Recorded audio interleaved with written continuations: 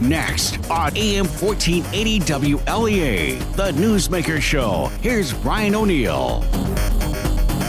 And glad to have with us here on this Monday morning, Eric Griffith from PC Mag. We do these once a month.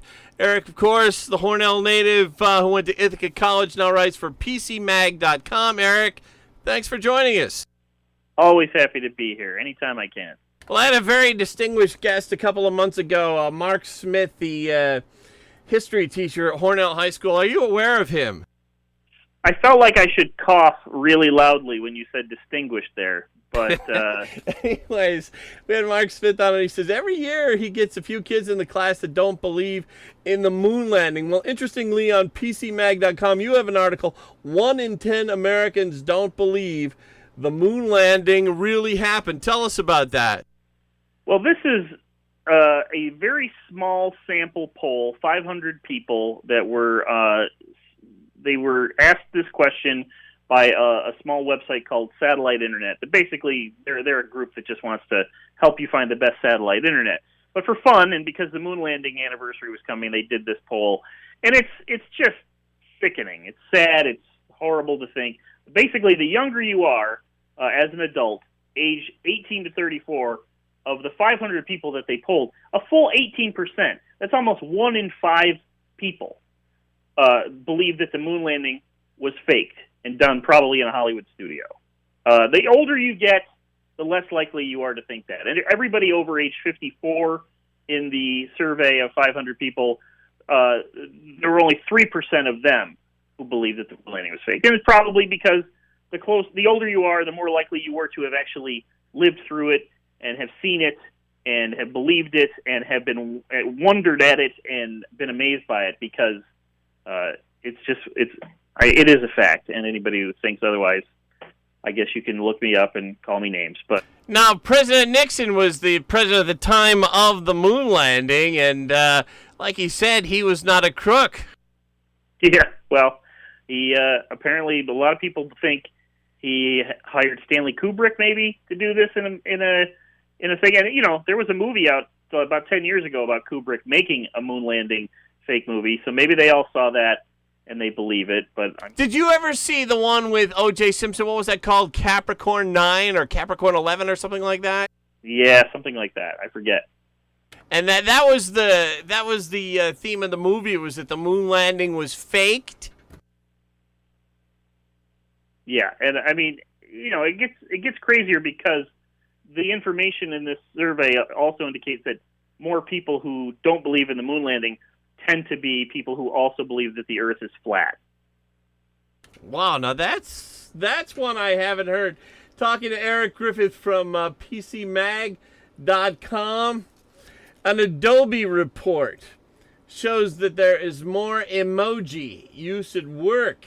The office might not seem the right venue for smiley faces and icons like that, but emojis are making headway in the workplace. Now, I take this to mean that people are sending like smiley faces to and from coworkers, and from coworkers to bosses, and vice versa.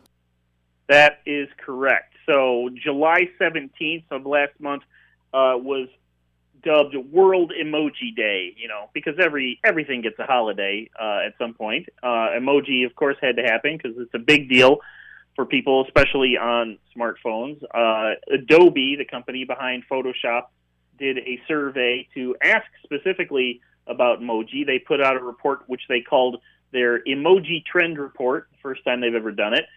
This was a survey of about 1,000 people who use the little tiny pictograms on a regular basis at least once a week. And the results, are pretty clear. 61% of the people polled have actually used an emoji at work. And what that means is they've either contacted somebody via whether it's a text message or they've done an email or maybe even in a document that they passed around the office, they have used little tiny smileys or maybe the poop emoji or whatever is appropriate for whatever message they were trying to send. Now, Facebook, I can't remember exactly when they got away from it, but they used to have just one reaction. It was either thumbs up or a smiley face, and then Facebook got into the emoji thing, and there's a whole bunch of different reactions now you can send on Facebook besides just the thumbs up. That's right. I mean, now Facebook, I think, has 6 in total for instantaneous reactions. You can still just do the quick thumbs up if you just want to make a one-click thing, but if you click and hold that thumbs up, you can see, I believe there's a laughing out loud thing, there's a crying, there's an angry face, etc. So you get a little more emotion into your reactions. But that's a very limited set of emoji. Anybody on Facebook or, again, at work can especially if they're on their phone, just use the emoji keyboard and pull up any one of the, I don't know, there must be 1,000 available little pictograms there that you can do. And they're adding new ones all the time. One of the things that goes along with this World Emoji Report is that there's a whole bunch of new emoji coming later this year to both Android and Apple's iOS. So you'll have a whole new bunch of graphical ways to communicate. Talking to Eric Griffith from PCMag.com. Here's an interesting article. Tweets reveal the most pet-loving states. How can we know which states love their dogs and cats the most? Twitter trends reveal all, but you'd be surprised at the states that love their furry friends the most. Tell us about that. Well, this is an interesting one because it's less of a poll and more of a deep dive into data. So this website that they actually sell, they're a reseller of AT&T business called All Home Connections. They looked at 225,000 tweets that mentioned pets in some way, whether it was just talking about a dog or a cat, or more specifically using some kind of pet-related hashtag. And for people who don't know what a hashtag is, it's a way of basically putting a little tag on your message so that if people are interested in that particular kind of thing, like Dogs of Instagram is a famous one, if you click on that, you can go see all the people who have used the hashtag Dogs of Instagram.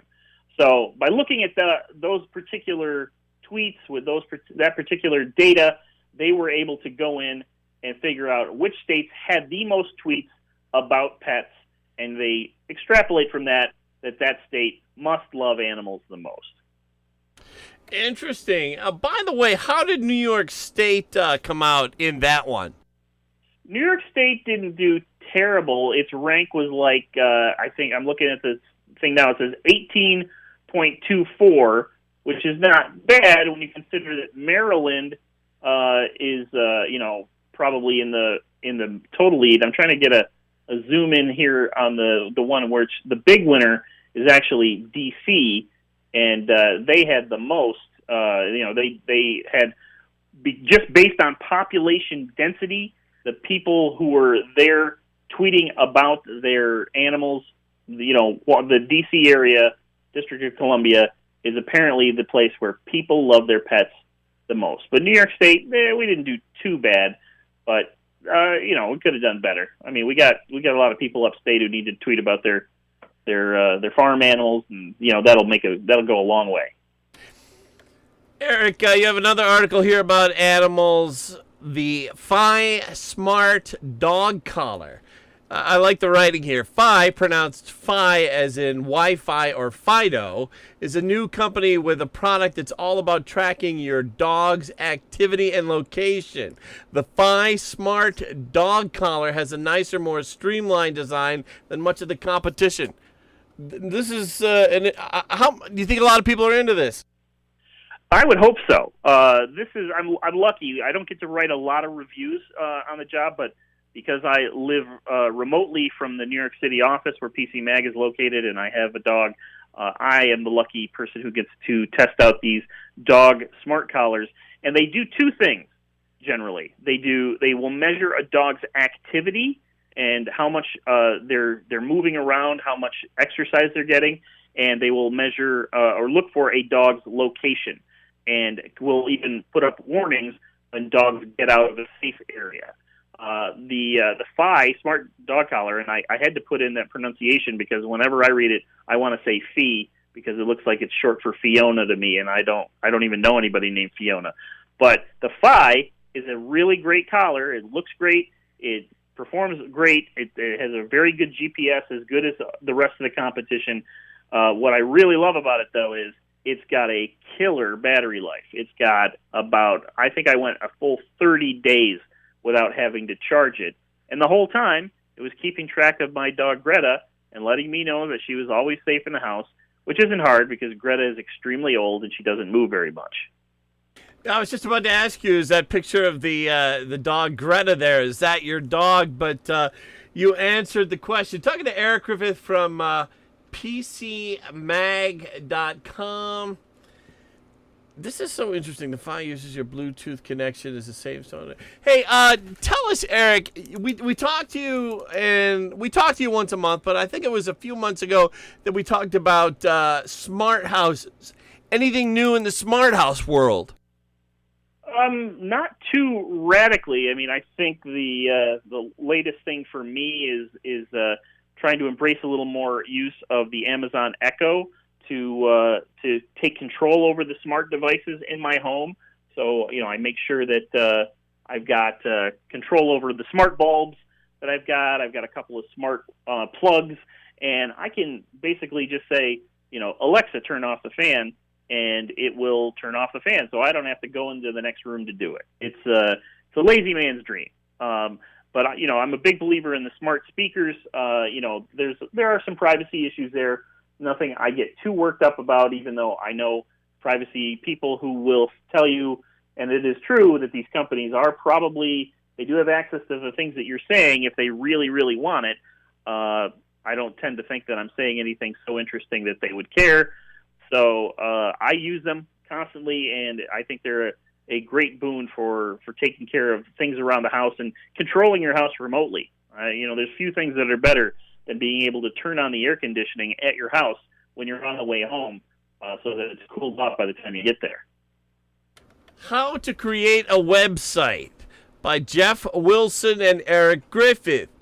Need to establish an online presence for yourself or your business, but you have no idea where to begin? This will teach you how to create a website in no time flat. Now, will your article tell you how to set up a website, or are you linking to some kind of app? Well, this is more of an informational article about all of the services and the options that you have out there to build different kinds of websites. You can literally just have a little tiny nothing of a site, like we call it a brochureware site, where you basically say, hey, here I am, I have a presence on the internet, and it costs you nothing. You can do it as a little, it's a nameplate on the internet, for lack of a better term. There's a service called about.me. You go to that website, you plug in all your info, boom, you've got an instantaneous website that's just for you, and you can put it in the signature of your emails, and it gets people a way to find you, and they can then find your social media if you link to it and other things. But if you need a bigger website, like let's say you need a website for your business, or you need a blog of some sort where you're going to do some writing and you want to do some more advanced stuff, this article will kind of walk you through the different services that you can approach to go and set those different kinds of websites up. The thing is like, this is a topic that's pretty broad. When people need a website, there's a lot to think about. You need to think about if you need a domain name, and whether you're going to be willing to pay for that. You need to think about the future traffic to that website. Will you need to pay to have a lot of traffic come there if you're expecting success?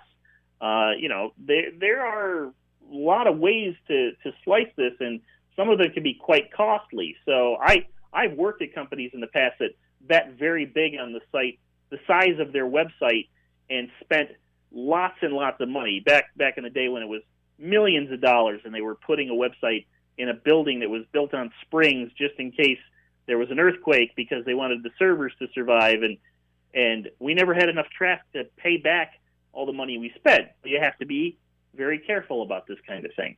But nowadays, there are so many free options to at least try. One of the top ones that we pick is Wix.com, Wix. You've probably seen their advertisements. I think they advertised during the Super Bowl. That's our Editor's Choice top pick for a website builder, because they will let you go onto the internet and build your own site, and they'll host it for you. They'll help you get a domain name. They'll help you build a blog. They'll help you do all the stuff you need to do.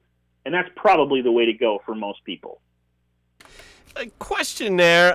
Is it easier to make a website in an era where people are looking at websites on their cell phones as opposed to the how do I say it, the old days when everybody was using a big old personal computer? Well, I would say that you probably still need a personal computer, a laptop at least, for most of the building. However, what's really great with a service like Wix or Squarespace or Weebly or any of those that have a website builder is that when you make various pages for your site, they are building it in such a way that the web pages will look fantastic both on a desktop computer and on a tablet and on a mobile phone. You don't have to do any of the work to make that happen.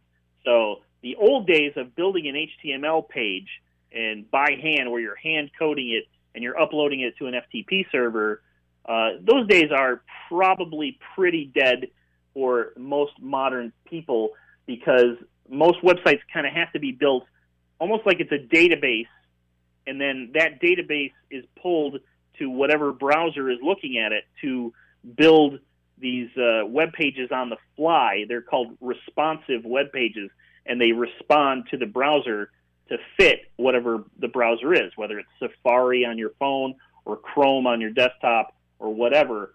That way they all look great no matter the size of the screen. Yes, and the size of the screen, if the screen is smaller, is it easier to make a good impression? Meaning, if you're looking at something on a cell phone, is it easier to make a website for someone who's viewing it on their cell phone?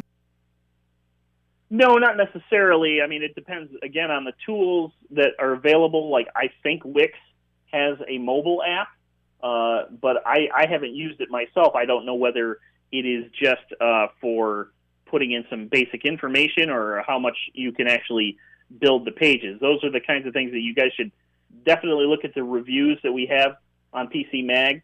We've reviewed all of these website builders, and whether they have mobile options or blogging options or e-commerce options, etc. We try to spell it out in all of those. But I haven't had to build a website in so long that the last time I actually built one outside of posting things on PC Mag, I was hand coding HTML pages, and I don't miss that at all. Don't blame you there. Talking to Eric Griffith, late on taking a break. Let's do that now, then we'll check the weather. We'll be back in just a moment, and we'll talk a little bit about some of the summer movies. Stay with us.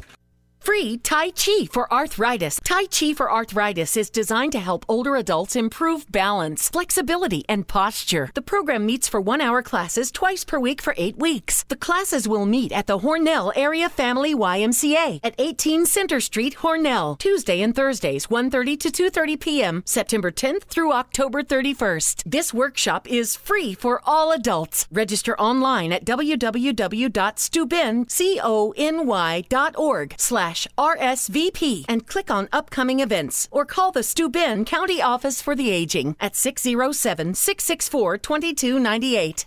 Checking in now with meteorologist Rob Carroll, who says we got a nice day in store.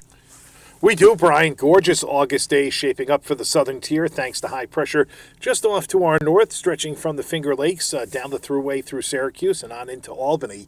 System's going to be responsible for bright sunshine throughout the day. Any low clouds, patchy fog, that continues to melt away this morning. Very comfortable with low humidity, highs anywhere from 80 to 85. Sunrise this morning was at 6:08. The sun sets tonight at 8:25. Now the high is going to shift east into New England tonight. Our skies remain clear. Our temperatures remain comfortable. We're 55 to 60. The high goes a little bit further east tomorrow. That starts to warm things up. Partial sun, maybe a shower or a thunderstorm later in the day. It also means higher humidity, so that's why we may see that storm tomorrow. We're 80 to 85. Showers and storms possible tomorrow night, 60 to 65.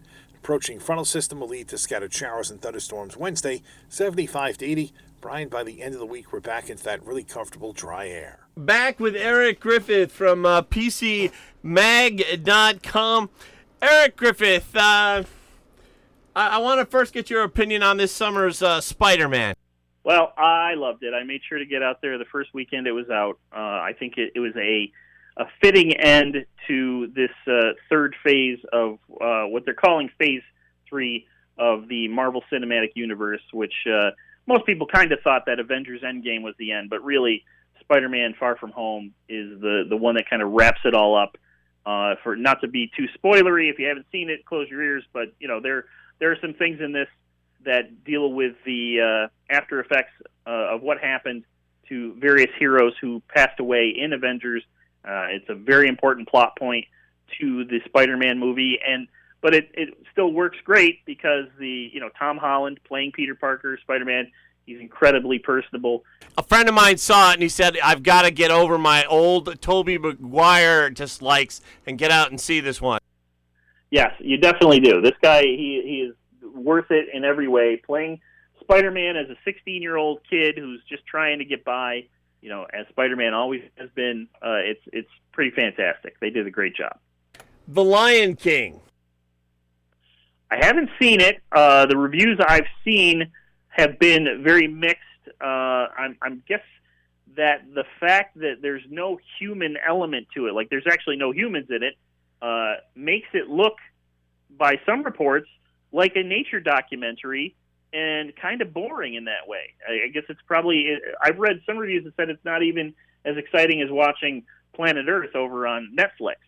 But I guess it's musical, so there's that going for it. But I don't know. I'm not sure that every single Disney animated classic needs to have a live-action remake, and it's kind of hard to even call this one live-action since it's all CGI animals. But, they're going to keep doing them because that movie made a lot of money on its first weekend, so it will not stop until they've run out of animated classics to remake. We have The Little Mermaid's on the way.